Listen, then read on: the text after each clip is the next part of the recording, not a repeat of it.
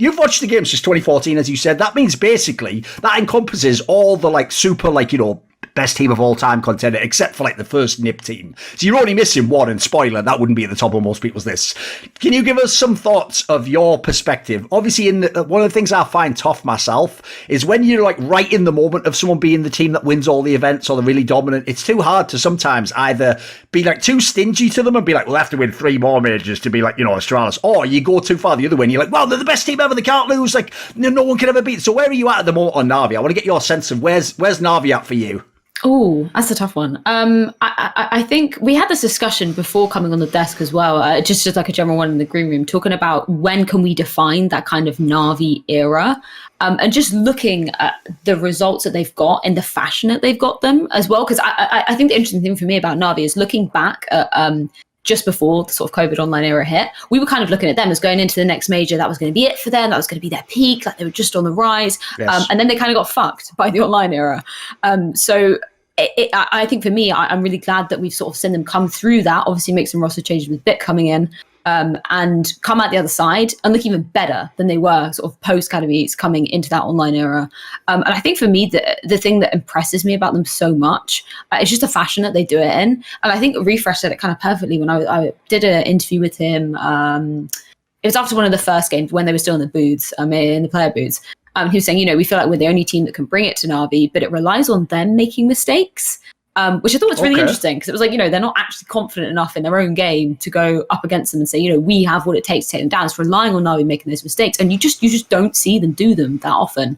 Like perhaps maybe on that Nuke game against Vitality, but perhaps maybe Vitality had a bit of time because they played them, you know, once or twice before. Sorry, obviously once in Blast and then at Major as well. So maybe they had a bit of time to sort of see what they would expect through that. I think every time they've played Na'Vi this year, even going back to that best of 5 final at EPL, they played Nuke against them. So I think they had a pretty good idea.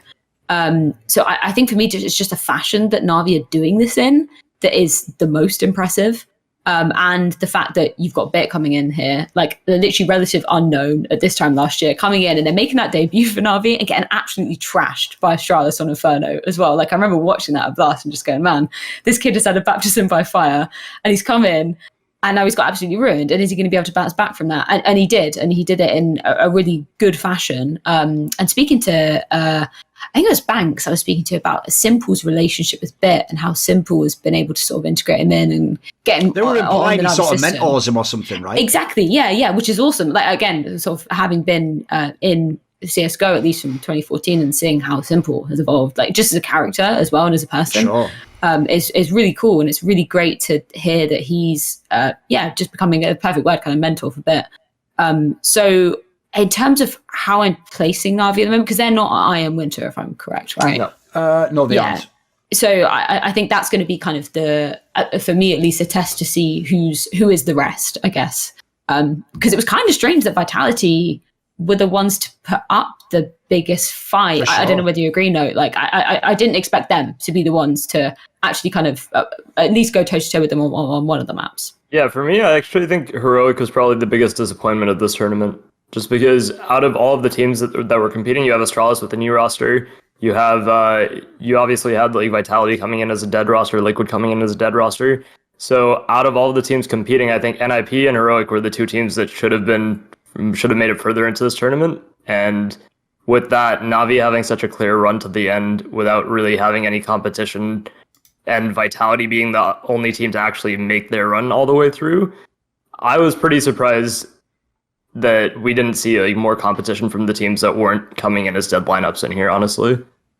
Oh, for sure. I mean, look, we could obviously address some of those separately. On the Na'Vi topic, I would just say this. Like, I'm kind of with you, Freya, on the point you referenced about Refresh and Heroic, because obviously, like, as Note said, like, most of us are billing it as like, oh, Heroic's the team that should give them the best fight. You know, the map pool's great. They're a really, like, a well-balanced team, blah, blah, blah. You know, they obviously don't have any roster moves coming up. But I actually have found that what he said there, Refresh, is basically what I'm feeling. And so even though I don't know that, like even though it's amazing, all the numbers and the dominance, how they win, I feel like I still need to, like hold back before I do put them in. Like, they're one of the greatest teams ever. Like, I need to see what happens in the next couple of months. But I will say a very positive omen if you want them to be like an era-defining team and be the super dominant and, shadow box them against the best teams ever, is I'm getting the same vibe as Refresh is. It's like, I can find ways that teams like should have a chance against them, or maybe it could be a good game, or like, someone like Zebu can match one player, for example. But I have to say, if I think of any future tournament, any matchup, there's no reason Na'Vi should lose any of them, which is like, look, if you want a team to be dominant,